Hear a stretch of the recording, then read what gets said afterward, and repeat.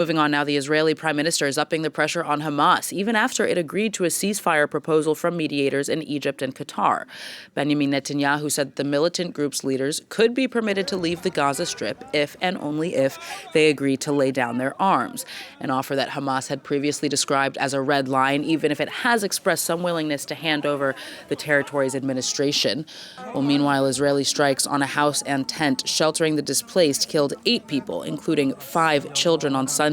Here's the Israeli Prime Minister. The military pressure is working. It is working because it's done simultaneously. On the one hand, it's crushing the military and governmental capabilities of Hamas. And on the other hand, it creates the conditions for release of our hostages. That's exactly what we are doing. Last night, the Security Cabinet decided on increasing the pressure, which was already increased, in order to expand the crushing of Hamas and the creation of the best condition for the release of our hostages. For more on the latest, then we'll cross now to our Israel correspondent, Noga Tornapolsky. Good afternoon, Noga. So there were more anti-war protests in Tel Aviv and in Jerusalem yesterday, but in the last hour or so, as we saw, Netanyahu has said that his cabinet voted to escalate military pressure on Hamas. So what's going on?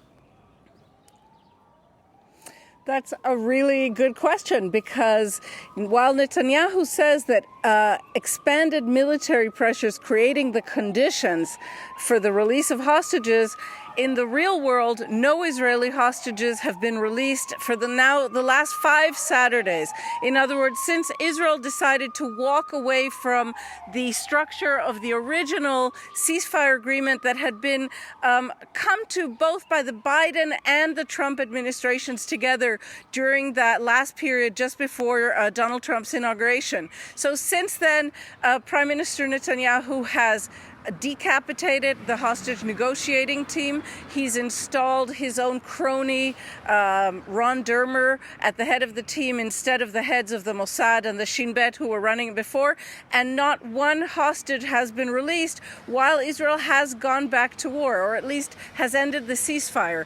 So in Israel, there's a feeling, I would say, of real difficulty, of real detachment. You saw that among the thousands on the streets yesterday, that even as demands for an end to the war grow, that the government is simply going time and time again in the opposite direction, but there are no results yet to show for it.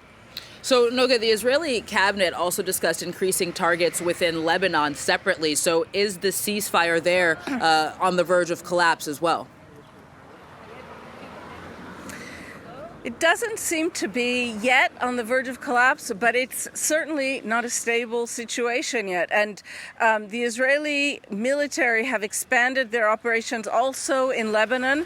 The ceasefire, that ceasefire came into place last November, and that has more or less held. But there have been occasional missiles lobbed into Israel.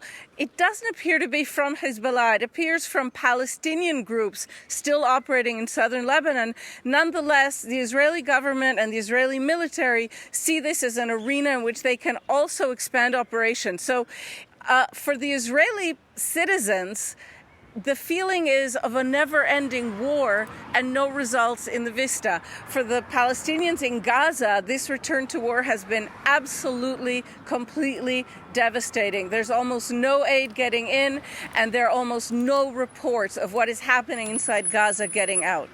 Noga Tornapolsky, our correspondent in Israel, thank you very much for that update.